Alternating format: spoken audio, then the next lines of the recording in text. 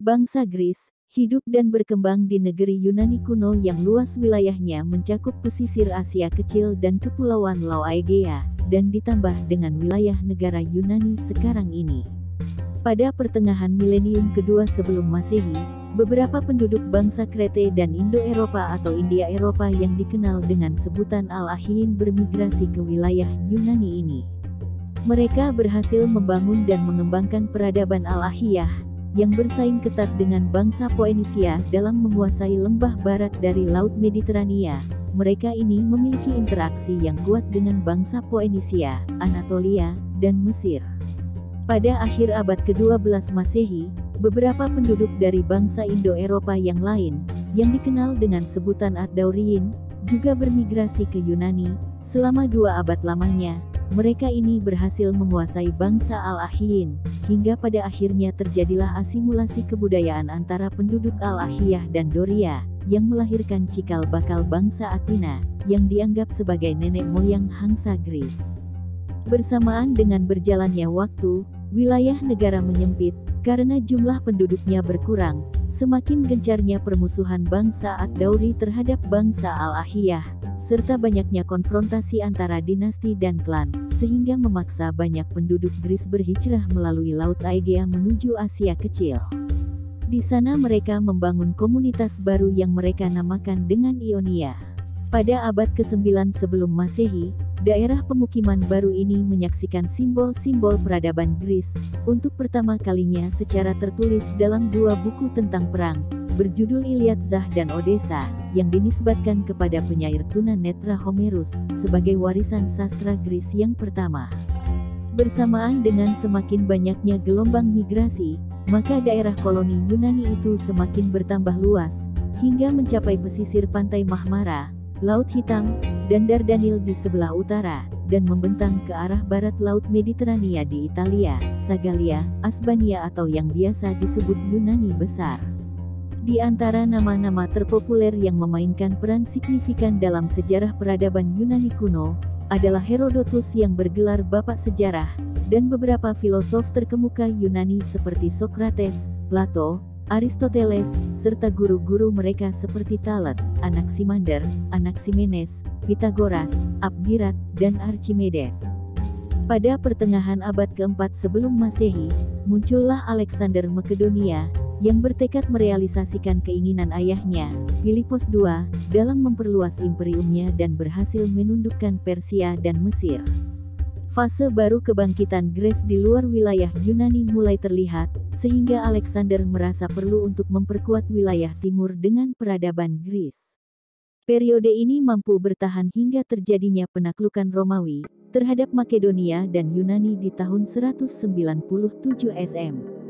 Pada masa ini pun dikenal dengan nama periode Helenistik atau periode Gris Makedonia, sebagai pembeda baginya, dengan masa sebelum Alexander yang dikenal dengan nama periode peradaban Helenistik, di mana bangsa Gris menyebut diri mereka sebagai orang-orang Helenia. Alexander terbiasa mengabadikan namanya pada kota-kota yang telah berhasil ditaklukkannya dan disinggahinya. Karena itu, ia membangun kota Alexandria di Mesir, di lembah Efrat, di perbatasan jauh di timur Laut Turkistan, di tepi Sungai Sindu, dan pesisir-pesisir Teluk Persia. Kota-kota ini dengan segenap penduduk yang mendiaminya, baik dari orang-orang Makedonia maupun Helenia, merupakan pusat-pusat kebudayaan Grece. Alexandria di Mesir merupakan kota yang menjadi pusat peradaban terpopuler. Kota ini mewarisi bintang Athena dan pada masa Ptolemes, yang kemudian menjadi ibu kota kebudayaan Helenisme dunia. Kondisi tersebut didukung dengan geografi yang strategis, karena terletak di antara 3 benua, mudah dijangkau melalui perjalanan daratan maupun laut, dari Cina, India, dan semenanjung Arab.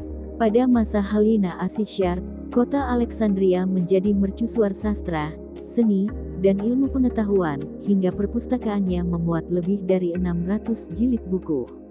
Berkat keberadaan kertas-kertas papirus, maka di sana terdapat jutaan orang terpelajar, yang mampu menguasai berbagai bidang ilmu pengetahuan, dan bahkan berhasil mengorbitkan sejumlah intelektual terkemuka, seperti pakar teknik rekayasa Euclides, ahli fisika Archimedes, pakar geografi Eratosthenes, dan pakar astronomi Aristarchus.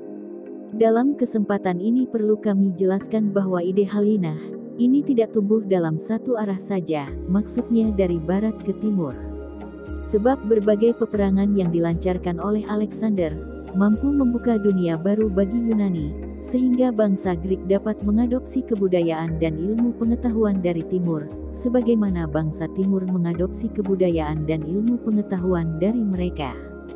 Meskipun bangsa Greece mengenal berbagai keberhasilan bangsa Mesir dan daerah di antara dua sungai, akan tetapi ilmu pengetahuan mereka secara umum memiliki keistimewaan tersendiri karena bertumpu pada filsafat dan dibangun di atas metode rasional yang logis. Kondisi ini tentu sangat berbeda dengan ilmu pengetahuan bangsa timur yang tunduk pada pelayanan terhadap kehidupan ilmiah. Di sisi lain, studi dan penelitian bangsa Greece memiliki karakter tersendiri.